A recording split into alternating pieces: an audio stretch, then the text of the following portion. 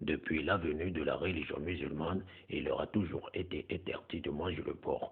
Aujourd'hui, il est révélé au grand public que le porc n'est pas seulement interdit aux musulmans, mais aussi à la communauté chrétienne. Écoutons tous ensemble les paroles de ce imam musulman.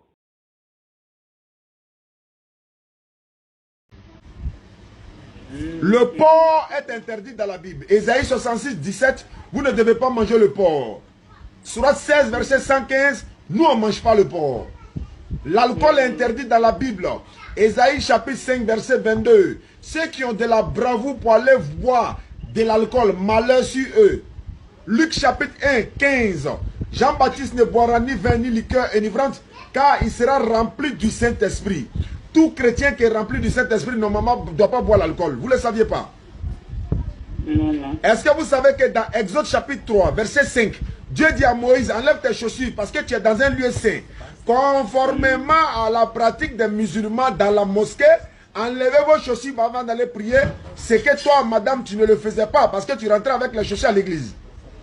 Il y a beaucoup de choses que vous devez savoir. L'islam, elle est dans la Bible.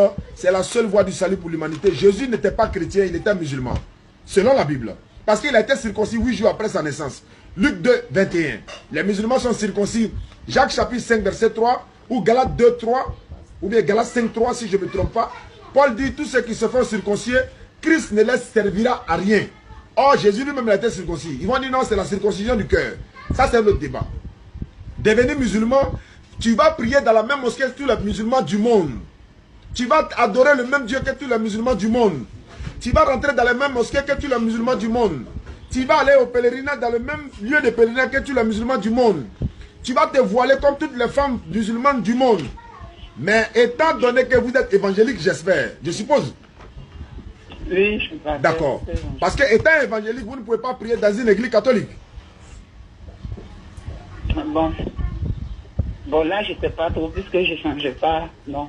Voilà, c'est normal, c'est normal. Même chez les christianistes, c'est pas ça mon problème. Mon problème est que tous les musulmans prient dans les mêmes mosquées, on a le même Dieu, on a le même Coran, on a la même langue pour la prière, on a le même lieu de pèlerinage.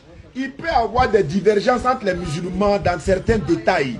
Mais sur Dieu, il est Allah, lui seul. Sur Mohammed, il n'y a pas de débat. Il peut y avoir divergence, Jésus est mort, il n'est pas mort. C'est Ismaël, c'est Isaac, c'est pas notre problème. Il y a un seul Dieu, il s'appelle Allah. Mohammed est son messager. On dit Allahu Akbar, vous dites Allah est le plus grand.